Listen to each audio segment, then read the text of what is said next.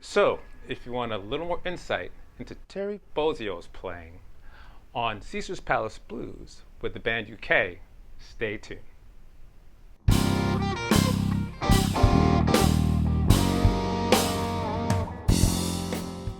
Welcome. On this video, I want to take a good hard look at Terry Bozzio's playing. But before I get into it, make sure to click the red subscribe button and ring the notification bell so you know every time I upload a new video. Terry Bozzio is a remarkable player. He has played in all kinds of situations, from Bela Bartok to Korn. Yeah, pretty amazing guy. So Terry comes from San Francisco, and he's one of those drummers. He's of the generation that saw the Beatles play in the Ed Sullivan Show in the early 60s. He was about 13 at the time, and he begged his dad for a drum set. He got one, and the rest is history. Terry was definitely very talented. He was able to win a Timpani scholarship after high school, where he went on to study at college. I think it's called Marin College. And he studied both drum set there as well as percussion, playing in chamber orchestras as well as big bands. I guess he played for Godspell, and he also played in a regular big band at the American Music Hall in San Francisco. This is as a teenager, so he was well on his way. After leaving San Francisco, we actually left San Francisco to audition for Frank Zappa's band. An interesting story with that. He gets the audition. There's always drummers before that who are doing pretty good, but they were kind of, they're not cutting it. It was like, next. So Terry gets up there all nervous, and the way he describes it, he was able to understand what he was seeing, the odd groupings of things, time changes, able to keep his place in the charts for the most part. And, he was like, wow, Frank liked his playing. So when it was time for other drummers to get up, they refused to play after him. They were like, never mind. So Terry got the gig. And, he's such a humble person, which I understand. I actually had a chance to meet him. He's such a humble person that he didn't think he could cut it. Frank goes, do you want the gig? And he's like, well, if you think I can cut it, I can't imagine Terry saying that, but well, Terry Bozzio, who would have known, right? Yeah, I did have a chance to meet him, like I said. I lived in New Jersey at the time, and he was playing in Toms River, New Jersey. So I went to the concert, and after the concert, Terry Bozzio was really into branding. Even back then, he always had a certain look, maybe piercings, always in black, long hair, kind of intimidating, really. And I didn't know what to expect, but I said, man, let's go say hi to the guy. So I got up. It was a pretty loose situation. I got up on stage and said, hi, I'm Aubrey Dale. And he was like, hey. And we talked like for half an hour like we were best friends. He's that kind of person, just a really good guy. Who would have known, right? In any case, after Frank Zappa, where he played for only about 3 years, but did a lot of work with him, did a bunch of world tours and made a lot of records, I think 8 or 9, maybe 10 records. Also performed on a movie called Baby Snakes, where he's actually singing on a track called Punky's Whip, which you got to check that out. And the playing is pretty exceptional. he really got his confidence in Zappa's band. So after he left Frank Zappa, he did a tour and a record with the Brecker Brothers, a fusion project, and then got into UK when Bill Bruford left late 1978. And there's a big debate out there over which drummer plays better in UK, Bill Bruford or Terry Bozzio. And I love them both because they have such a different and unique style and approach the band differently. So today we're going to break down 3 elements of Terry Bozzio's playing on the song Caesar's Palace Blues. We're going to look at some of the approaches he takes with the way he plays the bass drum and some of the fills that are really setting up, well, I guess, what is to come in his the playing that would follow that period. We're talking 75 to 80, those 5 years where he was really coming into his own and making a name for himself. So we're going to check that out. Terry Bozzio's gone to play, like I said, with rock bands like Korn, and he's also developed an amazing solo percussion concert series. I say percussion, even though it's a drum set, it's a gigantic drum set. And it's really multi-percussion in my opinion. The way he approaches it, the rhythms he uses, based on the ostinato. He did 2 educational tapes on the ostinato, so look out for those. All right, so let's take a look at Terry Bozzio's playing on Caesar's Palace Blues. Great, so the first element that we want to talk about is using a Herta in a fill. The Herta is a rudiment that I've been playing for years without knowing the name of it. That happens to me a lot. But I learned it once I started immersing myself in rudimental playing. I came up in the classical where we didn't focus on it quite as much. So anyways, here's the fill in question. It occurs at bar 4. I'm playing all these at 70 BPM, although the piece is actually at 82 BPM. All right, but all these exercises will be a little slower for you. All right, so here's where I find the Herta in the fill in question. 1, 2, 3.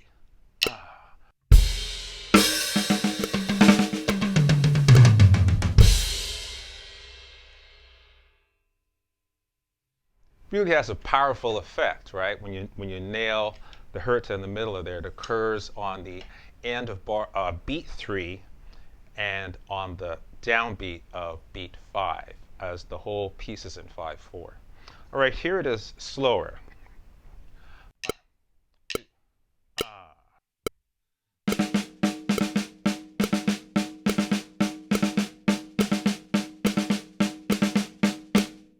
Okay, twice as fast.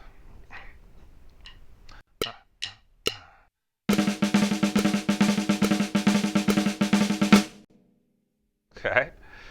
You can also invert it.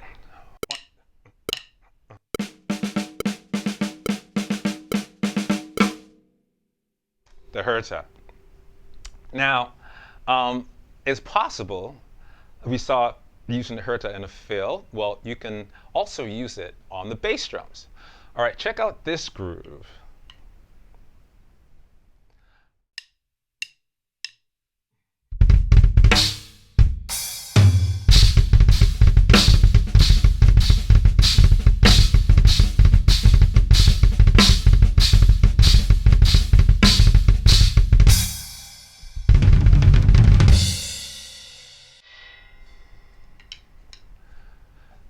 Okay, so what song does that groove come from?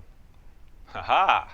If you know, hit me up in the comments below, and let me see if you're hip to it or not. I think I played it a little slower than they do. I don't know, but you get the idea, right? But that's a great way to use the Herta in the bass drums. It really sounds full, right? It's pretty cool. All right, here it is on the 16th note grid.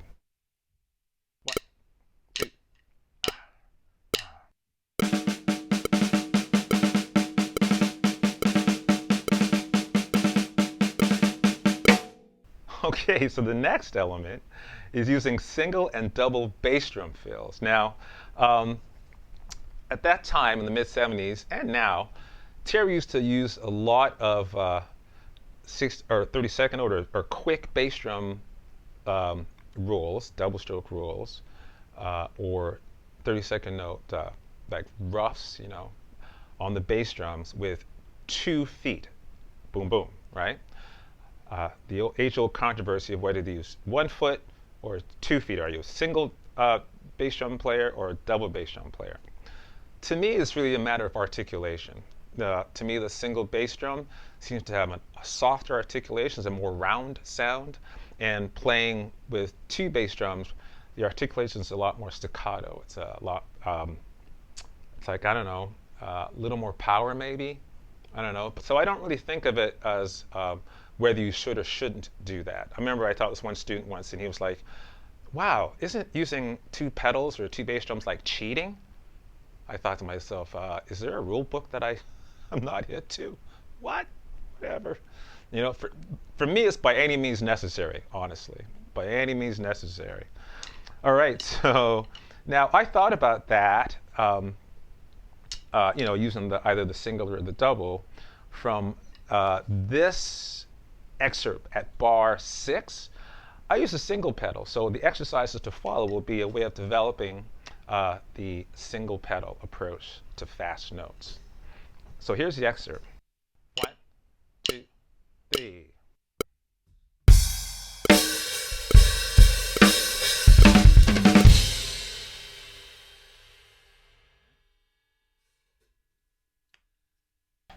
So 1 foot's plenty. Why have to pull your foot over? So I don't really know if you use 2 feet or not then. Good chance to use 2 feet, because that's kind of how I think Terry Bozzio was thinking at that time. I don't know. But it seems a lot easier just using 1 foot. And I'm sure he's more than capable of doing that. So here's an exercise that will help to sort of get the right foot flow happening. And it's important to keep the hi-hat going, because it forces you to keep a sense of balance while you play. Here we go. 1, 2, 3, ah.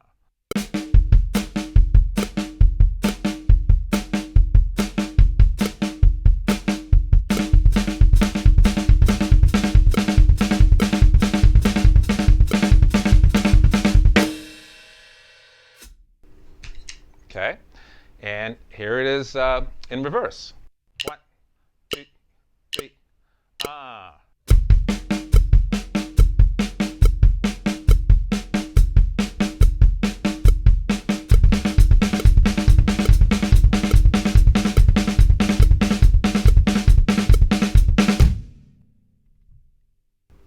All right, moving on to using the single and double bass drum. In this exercise, I had actually did this in another video on Steve Smith. So if you click here, you can go to that video and download that PDF if you missed it. And make sure, oh, by the way, make sure to download the PDF material so you can follow along and practice some of this stuff. All right, and also check out the transcription. All right, so here's the excerpt where I thought about this. I do this exercise with doubles in the Steve Smith version, double strokes on the hands. And this one we're going to do with single strokes, all right? So here's the excerpts at bar 7. 1, 2.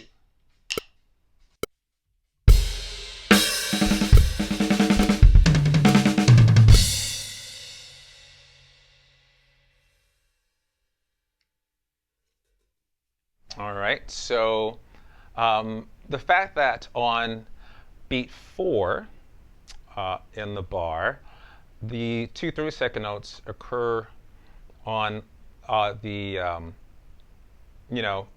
3 beats in, or 3 notes in.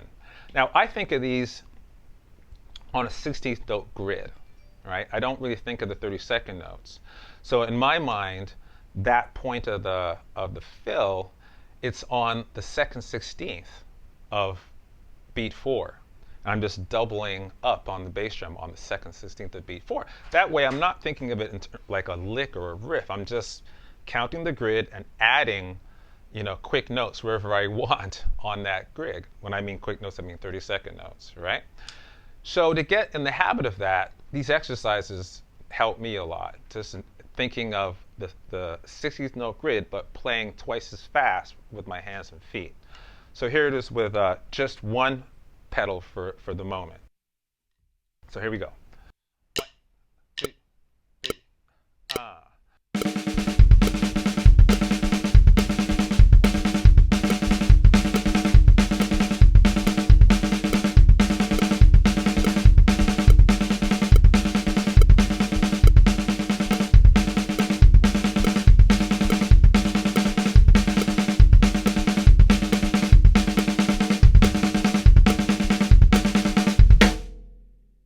Okay, and you do the same thing with two bass drums. I'll count out loud this time. 1, 2, 3, ah. 1 E and a 2 E and a 3 E and a 4 E and a 1 E and a 2 E and a 3 E and a 4 E and a 1 E and a 2 E and a 3 E and a 4 E and a 1 E and a 2 E and a 3 E and a 4 E and a 1 E and a 2 E and a 3 E and a 4 E and a 1 E and a 2 E and a 3 E and a 4 E and a 1 E and a 2 E and a 3 E and a 4 E and a 1. All right? So when you count out loud like that, you really see how those notes sit on the grid. Much easier to think that way, in my opinion. All right, so you can orchestrate, a little bit with your singles, on the drums. So it sounds like this: 1, 2, 3. 1 E and a 2 E and a 3 E and a 4 E and a 1 E and a 2 E and a 3 E and a 4 E and a 1 E and a 2 E and a 3 E and a 4 E and a 1 E and a 2 E and a 3 E and a 4 E and a 1 E and a 2 E and a 3 E and a 4 E and a 1 E and a 2 E and a 3 E and a 4 E and a 1 E and a 2 E and a 3 E and a 4 E and a 1. All right. The next section is inspired from bar 15, and it's just using the double bass drums, and kind of has a call and response sort of approach to it. Play something in your hands, repeat it with your feet, that kind of attitude. Terry Bozzio does a lot of that back in the 70s, and now too. It's a pretty significant part of the way he fills. All right, so here's the section that I thought of, bar 15, that made me think of that call and response approach to the kick and hands combinations. Here we go. 1, 2, 3.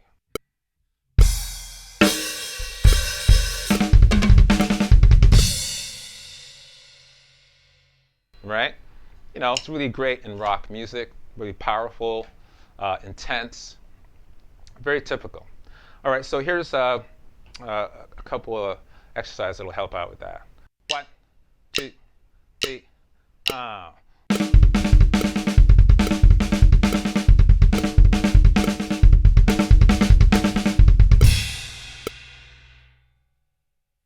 Okay, and another. 1, 2, 3.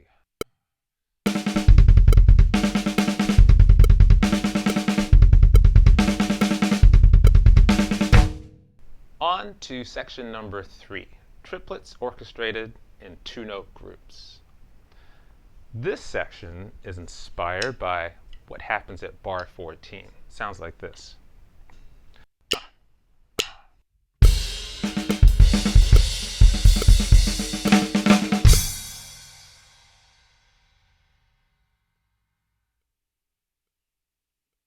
Beat 2, Terry goes into this section whereby he distributes 16th note triplets in little two-note groups. So if I play it simply between the bass drum and the snare drum, it sounds like this.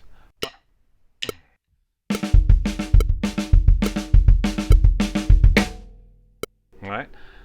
That kind of sets the whole feel off a little bit. I mean, inherently you can feel that there are triplets happening, even if you don't understand what triplets are, if you're a layperson. But just sonically, the fact that the relationship between the high note and the low note, it just seems to shift. It seems like, I guess it sounds like you're starting to speed up. That's what the illusion is. But really, you're just playing 16th note triplets and dividing up in little two-note groups. Later on in the thing, he switches over to articulate 8th note triplets, the way that he kind of does this part. that whole trip right there, right? Kind of feels like you're playing eighth note triplets that are embellished. Cool. So here's like a simple exercise you can do. I'm going to do it with two bass drums because that, even though you can play it with one bass drum, it's good to sort of get the coordination of this in case you need to play it faster. So here's the exercise with a two pedal approach.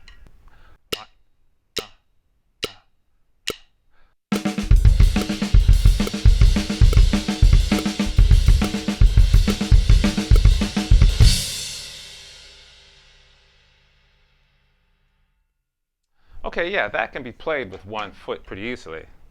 1, 2, 3.